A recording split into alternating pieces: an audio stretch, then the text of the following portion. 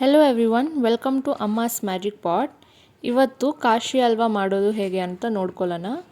ಅದಕ್ಕೆ ಕುಂಬಳಕಾಯಿನ ತುರಿದಿಟ್ಕೋಬೇಕು.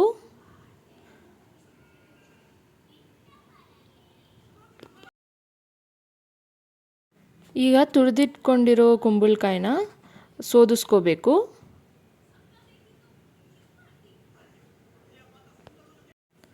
ನಾವು ಸೋದಿಸ್ಕೊಂಡಿರೋ ನೀರನ್ನು ಕೂಡ ಸೈಡಲ್ಲಿ ಇಟ್ಕೋಬೇಕು, ಆಮೇಲೆ ಬೇಕಾಗುತ್ತೆ. 1 ಕಪ್ಪಷ್ಟು ಅದು ಕುಂಬಳಕಾಯಿ ತೊಗೋತಾ ಇದ್ದೀವಿ. ಅಷ್ಟೇ ಕ್ವಾಂಟಿಟಿಯಲ್ಲಿ ಸಕ್ಕರೆ ಕೂಡ ಹಾಕ್ಕೋಬೇಕು.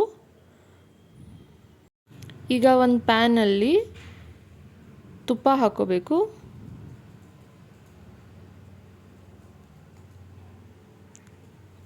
ತುಪ್ಪ ಸ್ವಲ್ಪ ಬಿಸಿ ಆದಮೇಲೆ ಕುಂಬಳಕಾಯಿ ಹಾಕ್ಕೋಬೇಕು.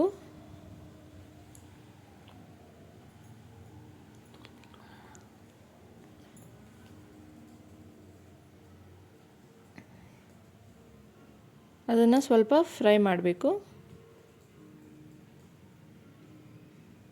ಒಂದು ಸ್ವಲ್ಪ ಫ್ರೈ ಆದಮೇಲೆ ನಾವು ಆವಾಗಲೇ ಸೋದಿಸ್ಕೊಂಡು ಇಟ್ಕೊಂಡಿರೋ ನೀರನ್ನ ಹಾಕ್ಕೋಬೇಕು.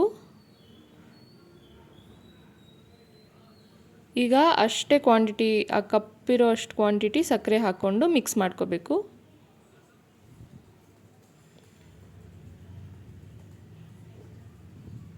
ಸಕ್ಕರೆ ಎಲ್ಲ ಚೆನ್ನಾಗಿ ಮಿಕ್ಸ್ ಆದಮೇಲೆ ಫುಡ್ ಕಲರ್ಗೆ ಸ್ವಲ್ಪ ಫುಡ್ ಕಲರಿಂಗ್ ಹಾಕ್ಕೋಬೇಕು. ನಾವಿಲ್ಲಿ ಆರೆಂಜ್ ಕಲರ್ ಯೂಸ್ ಮಾಡ್ತಾಯಿದ್ದೀವಿ.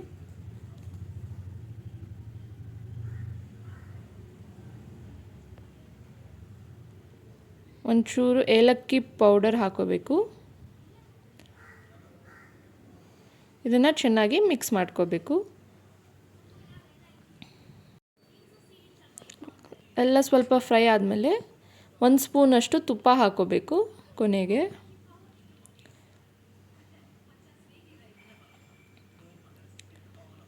ಈಗ ಸ್ವಲ್ಪ ಡ್ರೈ ಫ್ರೂಟ್ಸ್ ಫ್ರೈ ಮಾಡ್ಕೋಬೇಕು. ಅದಕ್ಕೆ ನಾವು ತುಪ್ಪ ಯೂಸ್ ಮಾಡ್ತಾ ಇದ್ದೀವಿ. ನಾವು ಗೋಡಂಬಿ ಹಾಗೂ ಒಣಗಿ ದ್ರಾಕ್ಷಿ ಹಾಕ್ಕೊಂಡು ಫ್ರೈ ಮಾಡ್ಕೊಳ್ತಾ ಇದ್ದೀವಿ. ಚೂರು ಗೋಲ್ಡನ್ ಬ್ರೌನ್ ಬಂದಾದಮೇಲೆ ಅದನ್ನು ಕಾಶಿ ಹಲ್ವಾಗೆ ಹಾಕ್ಕೋಬೇಕು.